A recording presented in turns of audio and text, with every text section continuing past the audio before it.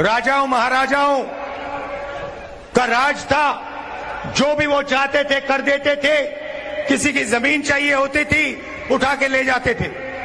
Congress party और हमारे कार्यकर्ताओं ने देश की जनता के साथ मिलकर आजादी प्राप्त की, लोकतंत्र लाए और संविधान देश को दिलवाया। मैं विभा देवव्रत सिंह, खैरागढ़।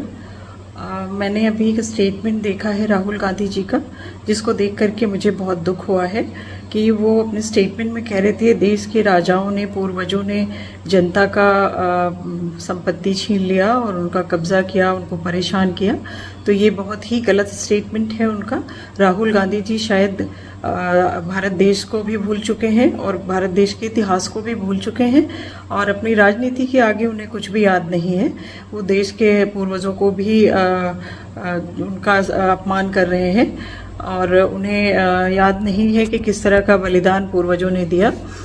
उसमें से मैं खुद राज परिवार खैरागढ़ की पुत्र वधू हूँ और मेरे दादा ससुर स्वर्गीय राजा वीरेंद्र बहादुर सिंह जी और उनकी पत्नी स्वर्गीय श्री रानी पद्मावती देवी जी खुद हमारे महल को उन्होंने दान दिया और इस तरह की अनेकों संपत्तियों को उन्होंने दान में दिया था अपनी प्रजा के लिए, अपनी जनता के लिए, अपने देश के लिए, जिसमें संगीत विश्वविद्यालय है और जिससे देश विदेश के लोग छात्र आते हैं, उसका लाभ लेते हैं और खैरागढ़ इसी नाम से विख्यात है।